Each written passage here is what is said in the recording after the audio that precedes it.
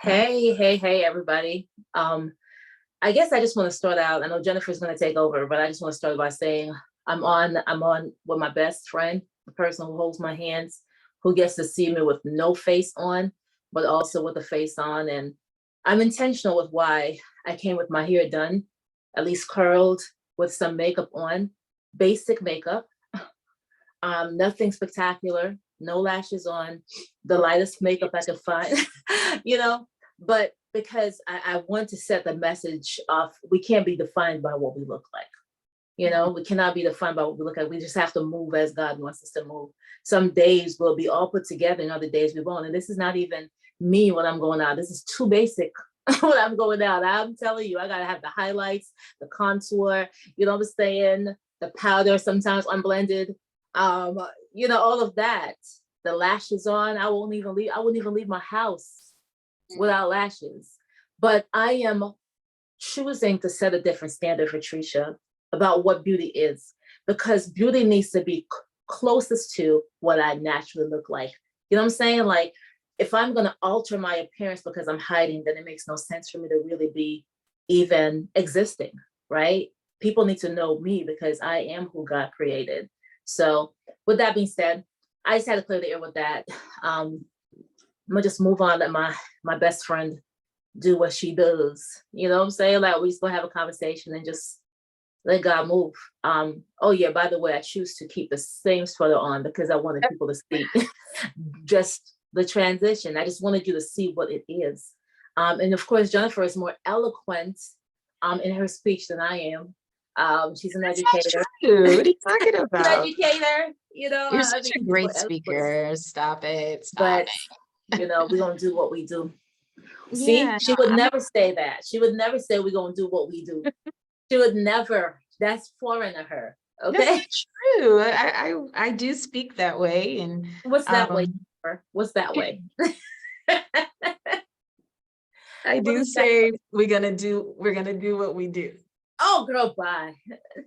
Yeah, that didn't come out very well, but not you.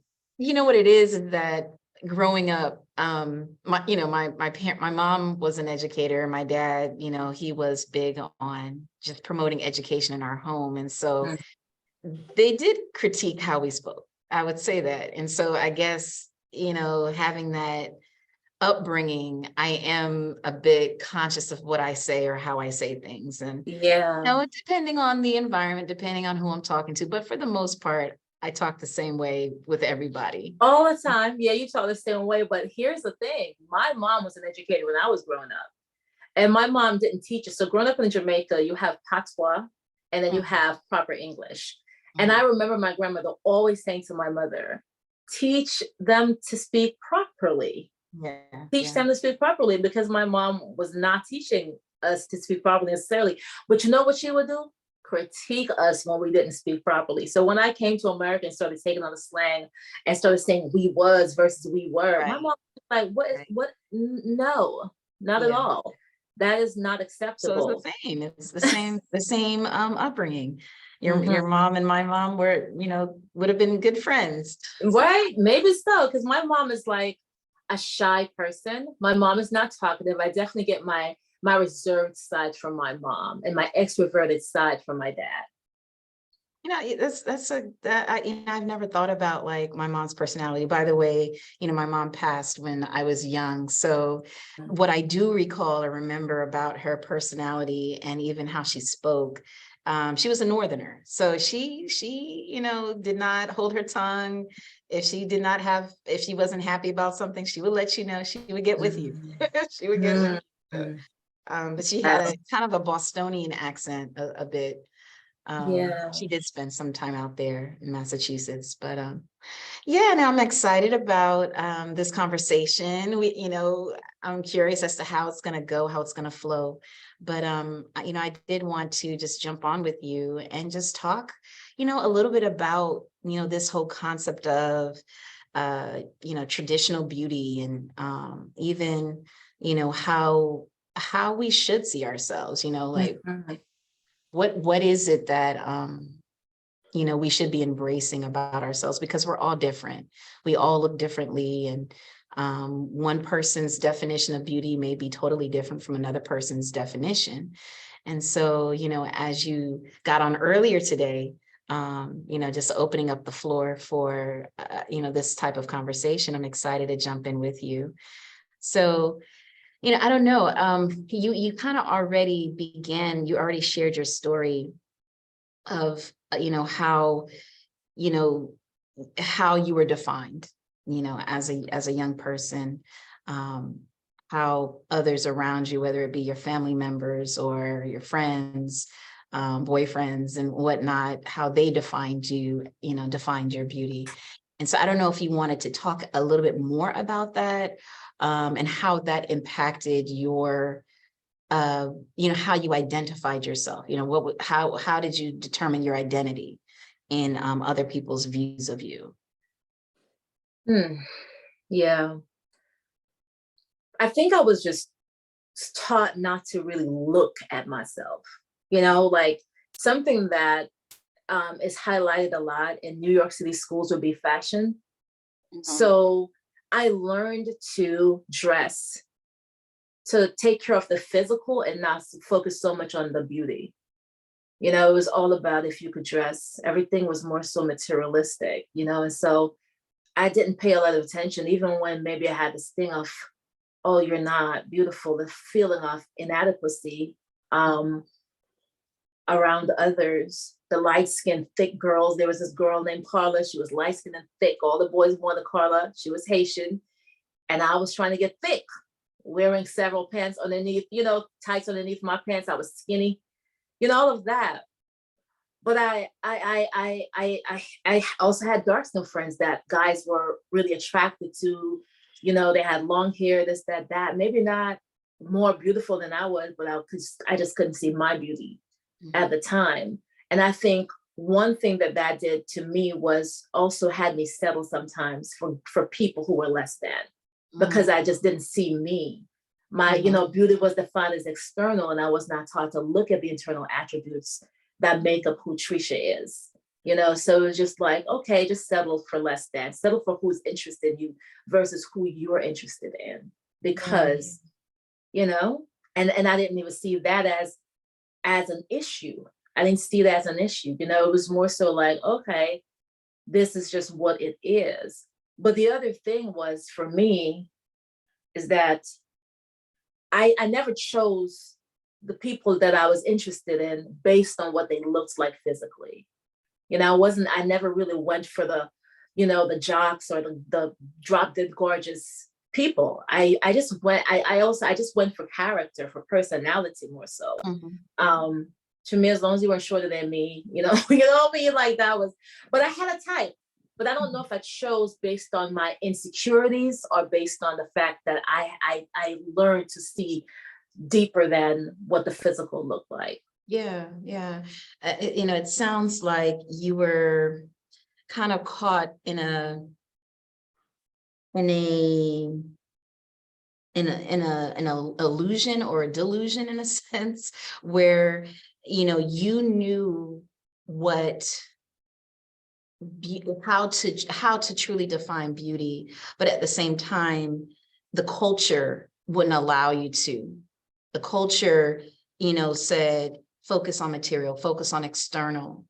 And so whereas when you were determining, who you wanted to spend time with, identify with, associate with, it wasn't based off of the person's externals, but rather how they were on the inside.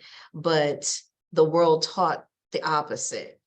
I mean, I can Yeah. definitely relate to that. Definitely can relate to that. But I also want to add, Jennifer, I think another thing that happened was that I learned to accept less than.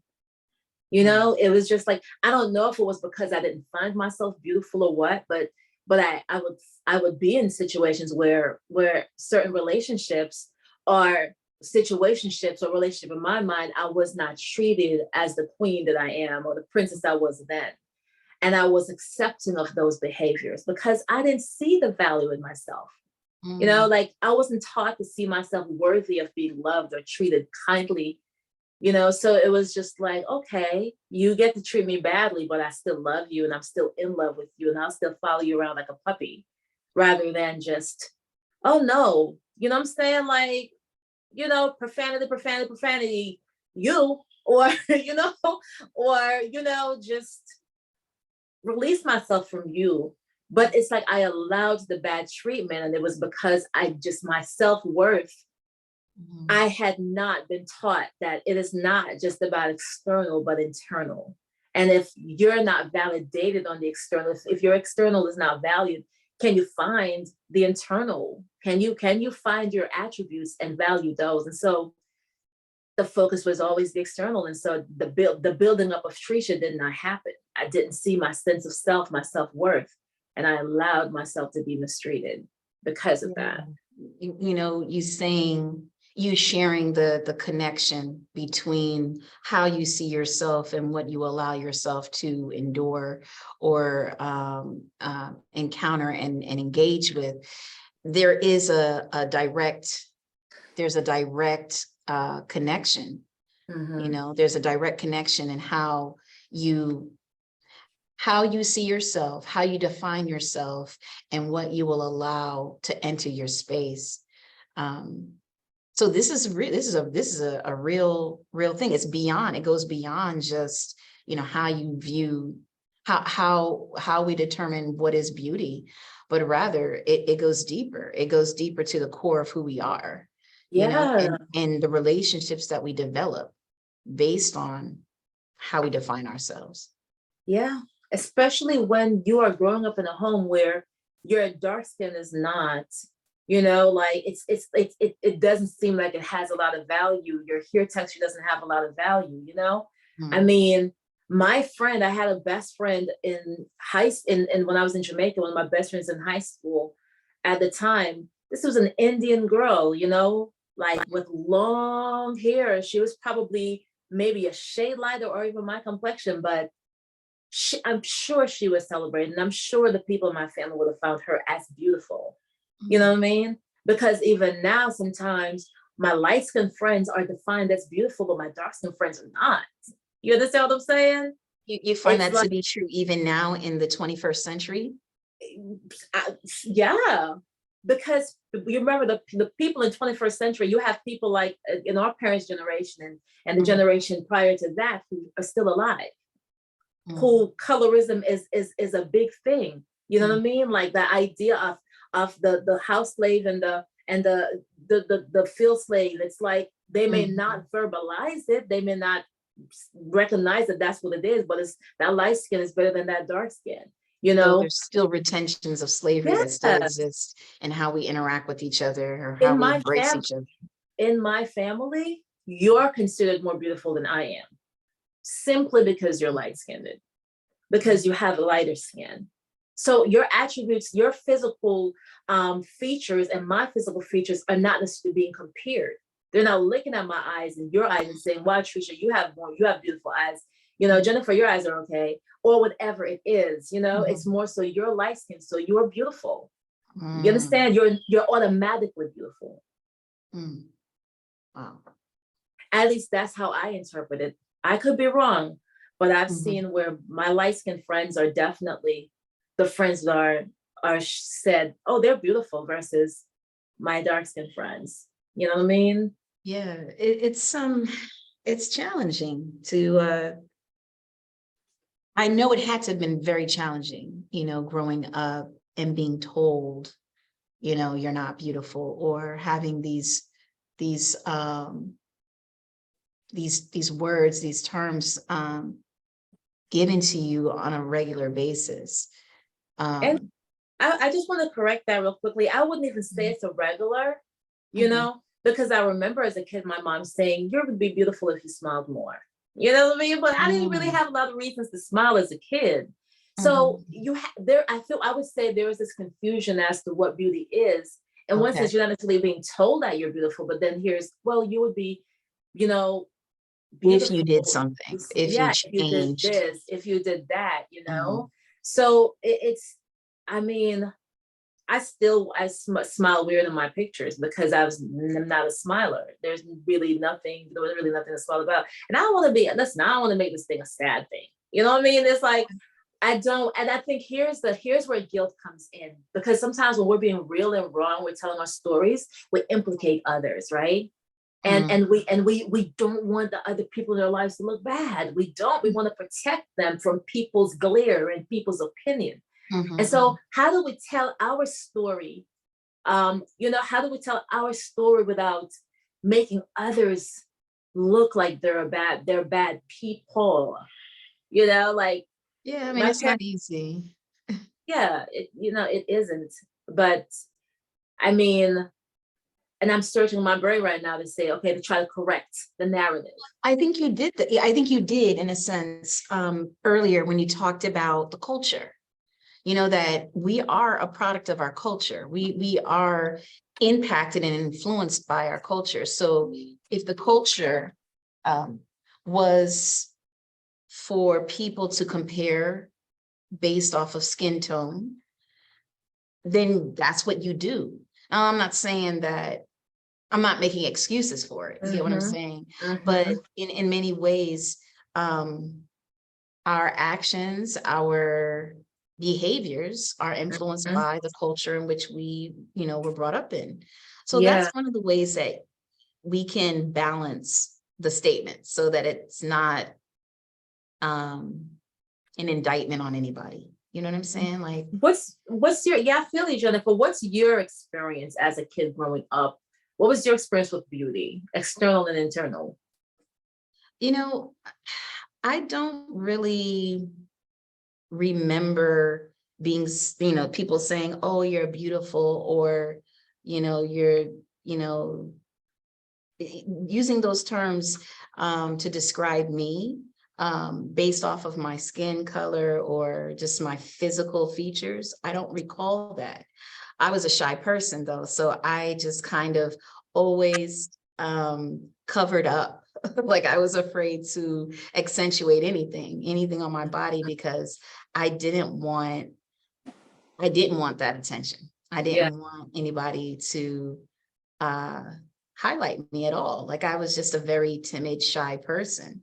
So if people were saying anything about me, about my physical appearance or features, I don't remember positioning myself to be a part of the conversation. So I'm Yeah. not sure. I don't know, but I didn't have any negative um I didn't have any like negative terms Okay. given to me or shared.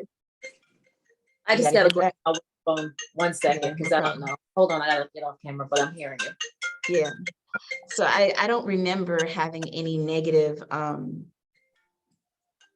negative feedback about how I looked. Um, but like I said, I was shy. I was a shy person. Mm-hmm. But I do recall my sister um, being critiqued by my mom. My sister is browner skin, Yeah. a little Like brown around my myself. complexion, you would say? Maybe a little lighter, kind of in between Hmm. us. Got Um, and the funny thing about it is that she actually looks very similar to my mom, but my Wow. mom was very critical of her. Not necessarily about her physical features, but more so about her hair. My sister had coarser hair and had challenges with her weight. Her weight would fluctuate. So there was a bit of that. And so I observed that as a younger sibling. My sister's 4 years Mm-hmm. older than me. So I do remember that type of exchange. So I wasn't necessarily the target because I was younger, but I Yeah. definitely did see that bit of self-hate being spewed at my sister. Um, Mm. and so how did that impact me? How did that impact my view of myself? I mean, I definitely was insecure. I definitely, um, you know, I think my timidity, my shyness was due to my uncertainty of how I viewed myself, Mm. whether or not I valued me. Um, so yeah, I mean, I definitely had my set of insecurities growing up, Yeah. not necessarily based on my physical attributes, but more so just based on how I saw myself. I didn't know me. I didn't have a true sense of who I was. Yeah. I pretty much defined myself or my worth in how well I did in school, like my achievements, my accomplishments. And so Mm. that's how I began to define myself early on. And I'm learning how to not do that now, even in my 40s. That's big, Jen. Thank you for being so transparent. Mhm. As you were talking, I thought about two things. With my experience, one was always being told, man, y'all were like the ugliest babies that we had. Y'all Mhm. were the ugliest babies, that type of stuff, and that living with you. I feel like, just looking back, I just kind of had a flashback of Yeah. my baby picture, and I'm like, man, that's what but I mean, we laughed at it. The other thing that kept coming to my mind was, um man, I guess I forgot it. I forgot. The memory just lived to me. Yeah. But yeah. I was talking about my, you know, defining myself and my accomplishments. I don't know if that triggers anything. Yes, it did. Thank you, Jen. See, this is my girl. She knows. But I guess for me, it wasn't trying to do good in school. It was more so trying to look good physically. Like, Mhm. I paid a lot of attention to the clothes that I wore. You know Mhm. what I mean? To the point where when I couldn't afford it, I mean, my friends and I would just switch around and just wear each other's clothes. We buy this, one person buys this, one person buys that, and we just, because it became, it was almost like my physical appearance became my identity. Mhm. Like, I needed to dress up to feel good.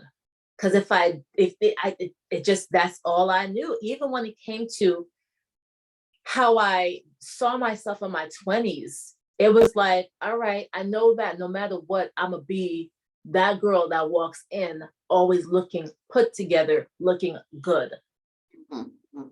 physically. Like, my clothes, they may be from Target, but it's sure they don't look good for me on me. They may be from Old Navy, But it's gonna look but like it but came I'm off the gonna be runway. fly in them old that old. Yeah. I'm gonna look good.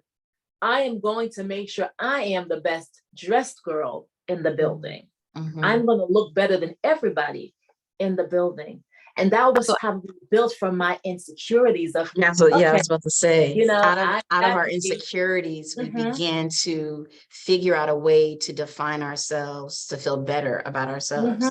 For mhm. you, it was, you know, how you dressed and how you Yeah, put yourself together. For me, it was performance. It was achievement, doing well in school and getting yeah, top grades, because these were things that we found we could be successful in. you know yeah, we could get some positive feedback from, whether it be our peers or teachers, adults in our lives. That was our niche. And so it yeah. sounds like early on, we figured out a way to determine what our identity would be. Mhm. And I'm just curious, because I'm sure whoever views this, I'm sure many people will be able to relate to either position, Mhm. whether it is in our accomplishments that we define ourselves, or in how we, physically put ourselves together, how we, present ourselves physically. But, even in all of that, I mean, does that really define us? Is It that really doesn't. us? It doesn't. And as you were talking, it dawned on me that the other thing that I was hiding was my feeling of not being smart enough. Mm. Like, just, okay, I did not do good in school. I wasn't, can't say I wasn't smart. Didn't know how to try. I think, I just didn't, I don't know. My mind was all over the place as a teenager. So for me, failure was, oh, I just expected to, I'm a failure. That was it. That's all I knew myself as. And it could have been the words that were told to me too. So when I got into my 20s and I learned really how to dress, like, you wouldn't know if I was smart or not. Like you wouldn't know if I'm ugly or not because I'm hiding myself regardless. So, Mm-hmm. no, none of these things should define you, but they cloak your identity. That is If you good. don't, yeah, if you don't, if your focus is to move away the attention from certain Mhm. things, then you know, And I can relate because with the achievements, with the academics, that being something that I felt I was pretty good at, I did focus on my physical appearance. You know what I mean? I didn't focus on things that I probably did deep down feel insecure about, but I never touched on, I never really focused my attention on because, as I think I may have shared in a previous video or just with you, Trisha, that, part of my upbringing, we grew up poor. We didn't have the means to be able to get the latest clothes. So whereas, you were rocking all of the latest, brands and whatnot, we barely had stuff to but clothe yeah, ourselves.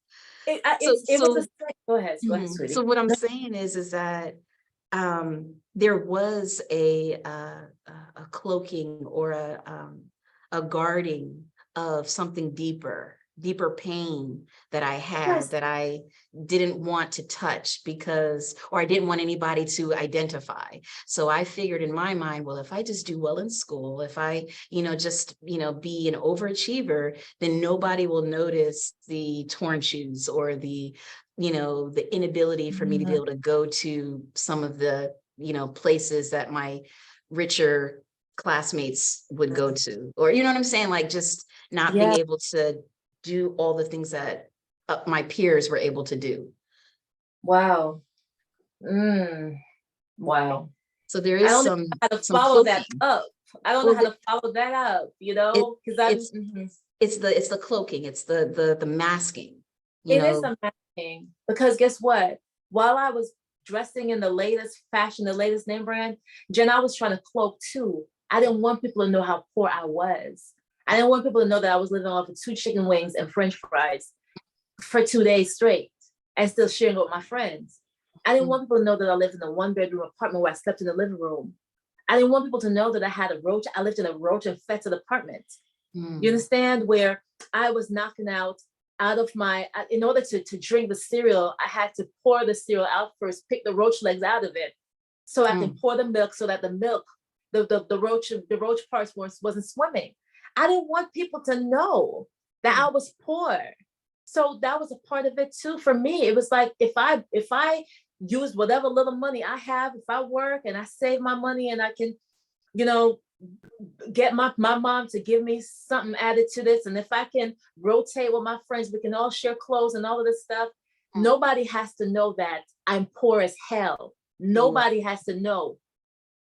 No one has to know the shame that I live with every Yeah, day. yeah, You know what yeah. I'm saying? I can definitely relate to the shame. So we grew up in housing projects that were literally in the center of affluence. Hmm. So whereas there are homes, $1 million homes all around our neighborhood, but in the area of downtown Marietta where I grew up, the housing projects don't exist there anymore. They tore them down. But I saw a picture of it about a year ago, and it brought back so many memories, so many painful memories, because Mhm. that's actually where my mom passed. So a Mhm. lot of pain is associated with my childhood, how we grew up. I can relate to you in that way because I had a lot of friends who, came from middle class or upper middle class homes.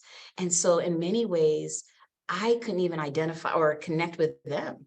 I couldn't even fully connect with the people that were considered my friends. And Mm. so like I felt kind of I felt lost in a sense. I felt kind of lost or just um alone, Yeah. alone. And so there was this need to figure out a way to survive.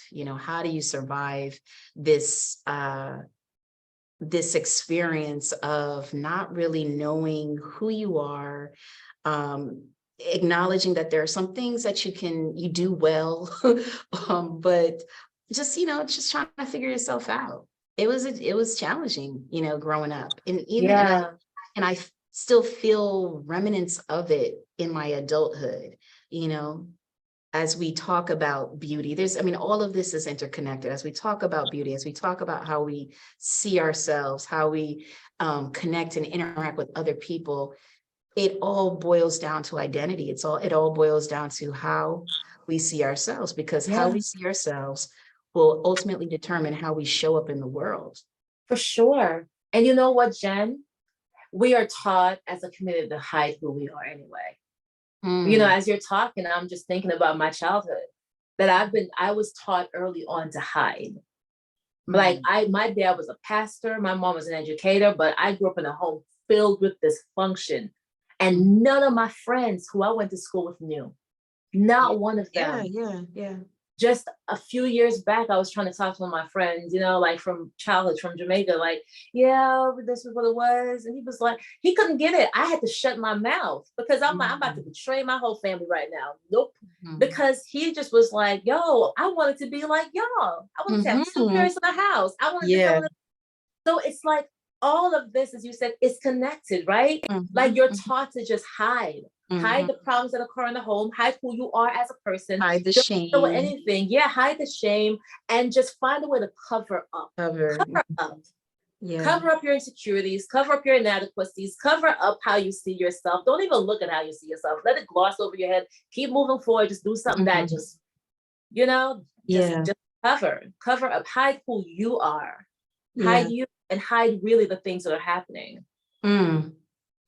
But one of the things that has been happening of late, because Mhm. that was my life. That was Yeah. my life. After I graduated from high school, I knew that my ticket out of poverty was education. I knew that that was one thing that I was good at. And so I'm going to Mhm. just put all of my energy into getting a degree and degrees and career and travel and whatever, because Mhm. that's what I wanted for myself. But with all of that said, I basically hid what like you just described. I hid me, because Yeah. all of those experiences were part of my story.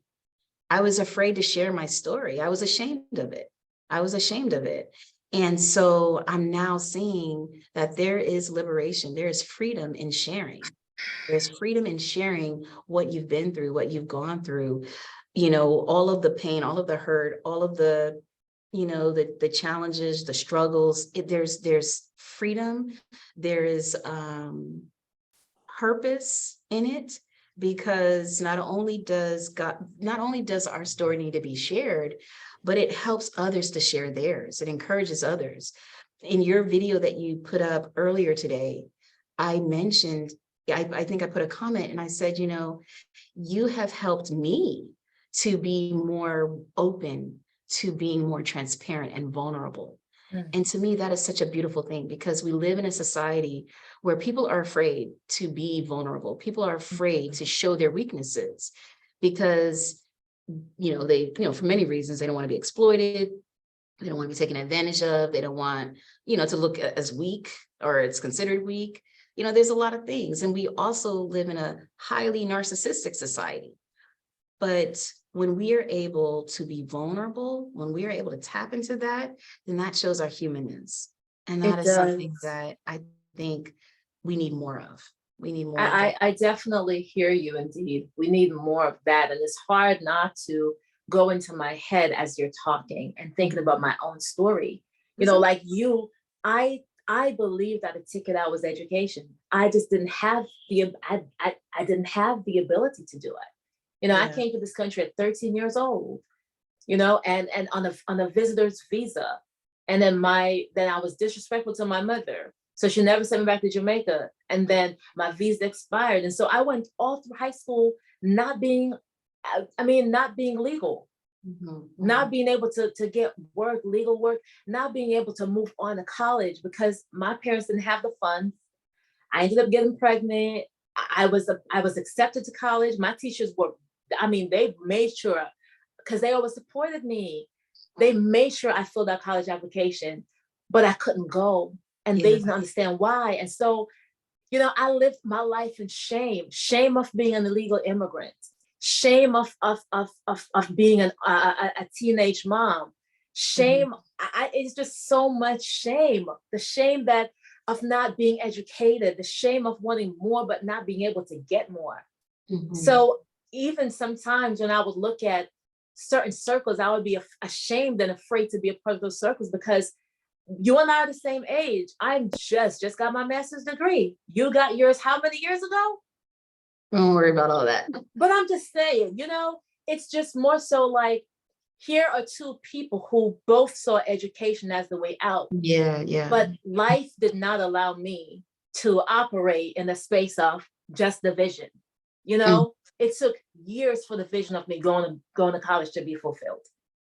It took But if I, years. but if I could just affirm you, Go ahead, girl. Go if I ahead. could just affirm you in how you have been able, and even myself, we gotta affirm each other, because we are two people that were able to fight all odds. You know, for you, you know, you were, like you said, an illegal immigrant. For me, I grew up in poverty. You know, mother passed away at the age of 11. Um, a father who raised 6 kids on His own. welfare, you Mm-mm. know, food stamps and all sorts of government assistance. You know, we were able to accomplish major accomplishments that some people have not been able to achieve, right? That's still Single hard for mother, me. you hear what I'm That's saying? still You're a hard single for me. mother, teenage mom. The statistics of a teenage mom getting 2 degrees is, you know, it's not the high, you know, it's not likely, but you were able to surpass all of that. And you're still striving, you're still working towards certifications and, you know, possible PhDs. You get what I'm saying?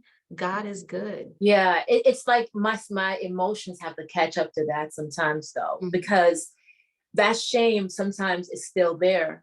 You Mhm. know, like it's there because I mean, you know, thank God that He has been working with me through that. But I would look at just people who I would interact with to some extent, and I'm just like, they are at the same age. We're at the same age, but they are so ahead of me when it comes to career, when it comes to life.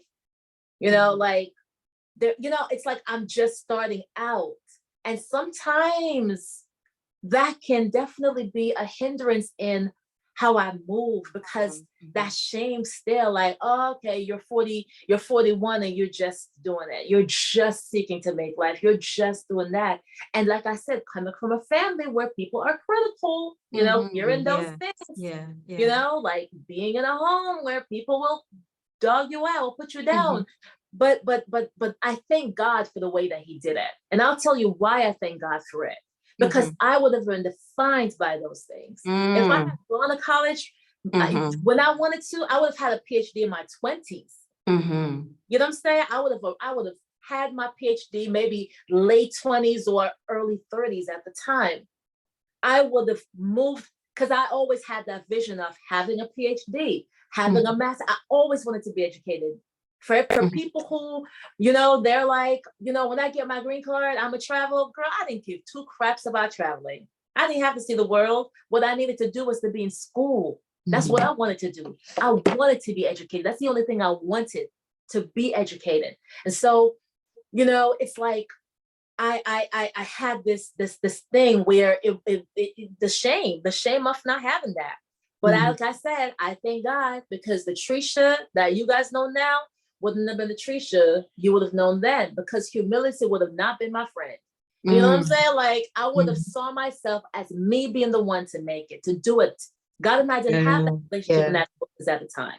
So Gotcha. it wasn't, God and I weren't partnering with my life. We weren't partnering with that. I was moving as I wanted to move. Like, yo, this is what I want to do with my life. This is how I Mhm. want my life to be. This is where it Mhm. is going to go. And God had to slow me down and was Mm. just like, little girl, I'm in charge of your life. And I'm like, no, no, let it go. This ain't, I don't want you to do not just take your hands off me.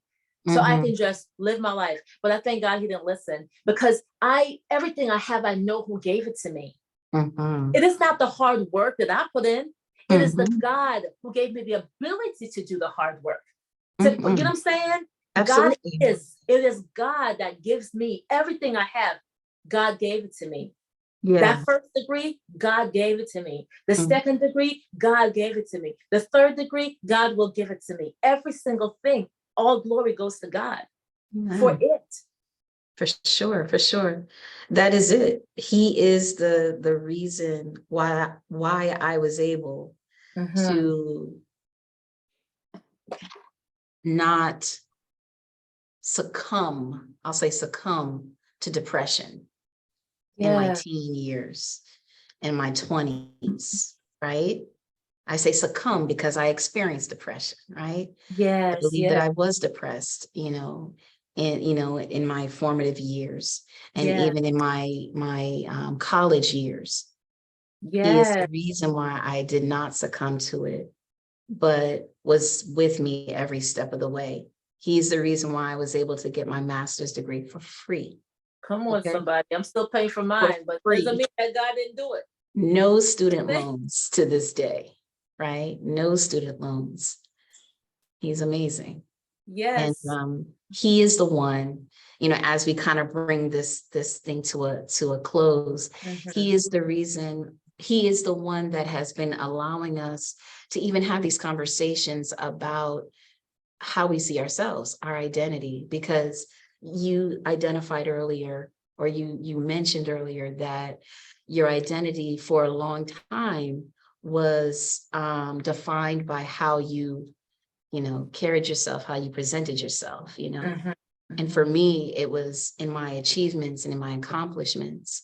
But I Yes. think what we're realizing, or we're beginning to see, is that it's really in him, that he is the one that truly gives us a sense of who we are in a way that helps us to not be caught up with Mhm. the externals and what people say and people's views and all of these things. Yeah.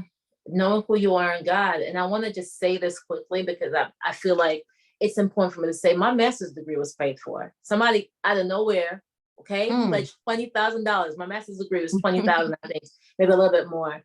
Pledged Mhm. $20,000, gave me $10,000 cash up front, and will give Mm. me the next $10,000. So it's like God paid for that too. You know what I'm saying? I'm saying. So it's just, God, we can choose to be defined by or circumstances. We can choose Mhm. to be defined by our upbringing. We can choose to be defined by what people say we are or will be or Mhm. who we are.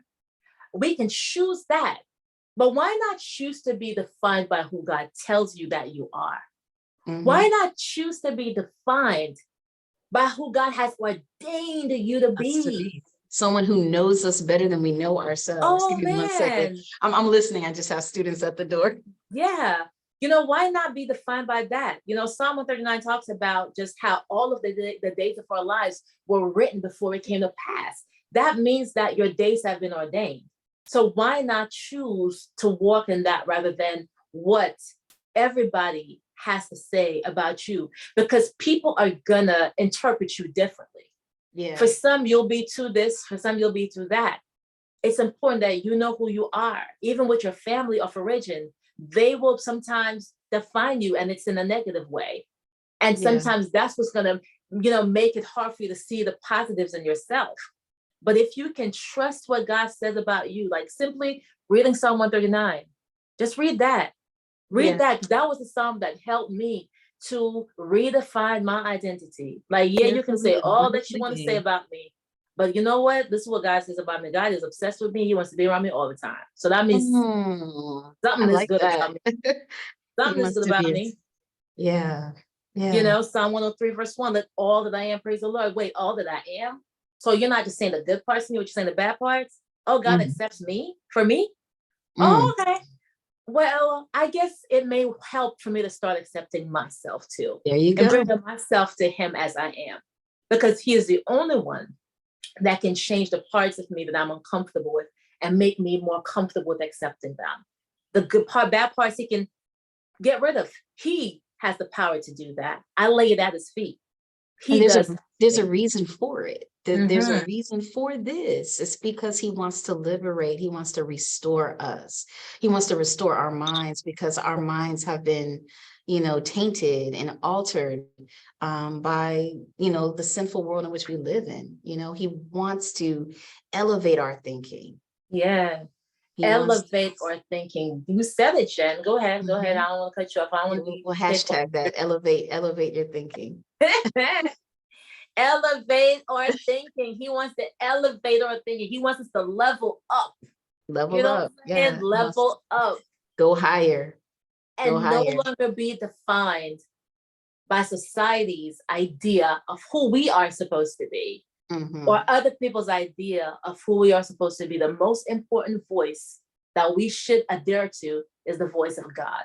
And our voice should be connected to his voice. So we are not, we're not going all over the place trying to make sense of who we are. That's it. That's it. Trisha, this was great. Impromptu stuff, man. This is how we operate. I praise God for Unscripted. your friendship. Unscripted. Yeah, and I just want to give you your flowers on screen, Jen. I thank you. Let me tell you this friendship with Jennifer.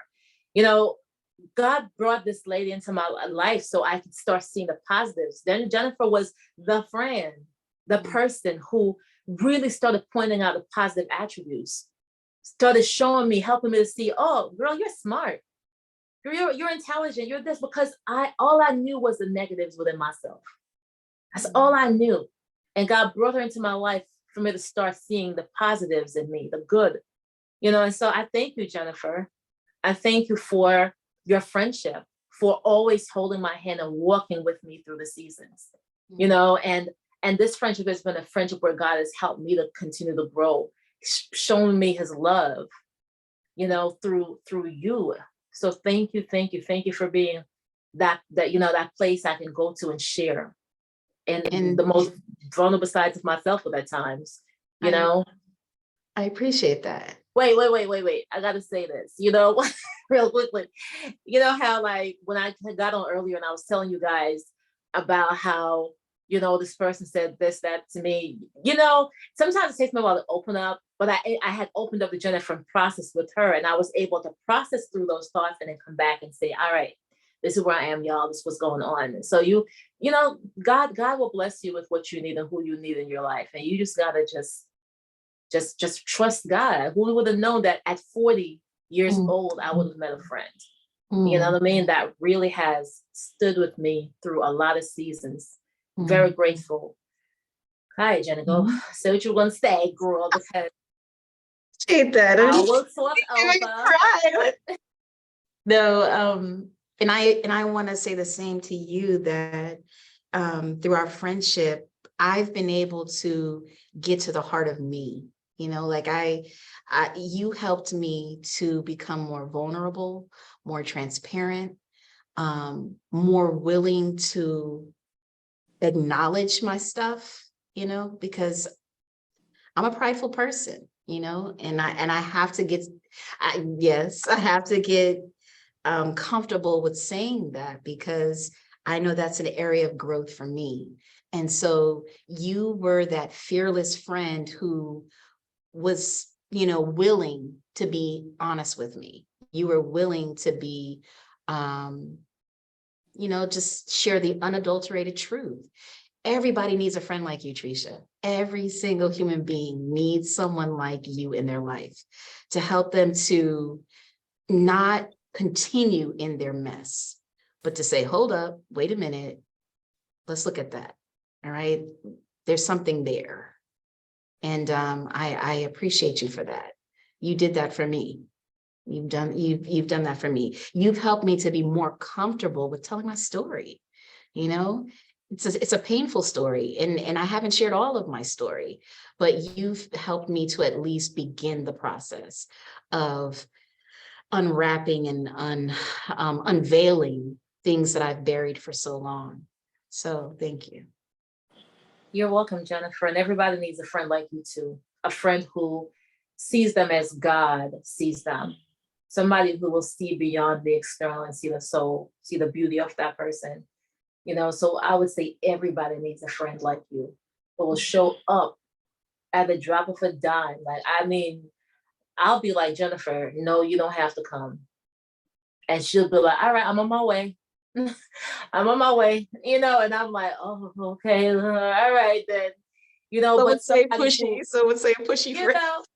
know, oh gosh, but and somebody who challenges you to see. I'm such a rough person, and Jennifer challenges me to learn how to taper that, how to really face the emotional part of myself and not necessarily be afraid of it. And how to see the beauty of myself. I'm so used to seeing the bad, the negatives, like I said. And Jennifer is that friend so I'm thankful. I'm thankful. And I do think, yeah, everybody needs a friend like you too. This is the friend who helped me to get a master's degree, y'all. She's one of them. She's the one that sat with me through them papers. You understand what I'm saying? She's gonna help me with the PhD. You understand? So I'm We'll help very each other. blessed. I'm blessed. We'll both help each other through our PhDs because we're Yeah. both going to be going for them by the grace of God. Mhm. God has a plan for you people. God has a plan. God also wants you to have that friendship with someone the way that Jonathan had with David. He wants you to I used to pray for that. I used to pray for that. You know what I'm saying? And sometimes, yes, I want to just throw Jennifer away because, boy, I tell you, it's not always easy. But I'm not always easy. You understand? Well, But hey, don't do that now. the people in the back. It takes someone with like someone with the spirit of God in them, man, who has that patience to really be able to get through to me, because I am layers of layers and you don't get close to me. You just don't. You're one of the most complex people I've ever met. Hey, I'm Very made complex. by God. God created me as I am. You know what I'm saying? And life altered some of that, but God is bringing me back to Him. So thank you, Jennifer. Any final words to the people of God? I mean, the people of God, and those who know God, don't really know Him yet, but whoever, to the platform, to the audience. No, I think we said it all. I think we're all on journeys, and this is now is a time. This is a season of healing. I feel like the times in which we're living in is a time for people to get real with themselves and start, just embrace the work, embrace the self-work. There you have it, people. Until next time with Jennifer and Trisha. Take care. Love on yourself so that you can love on others authentically. Take care.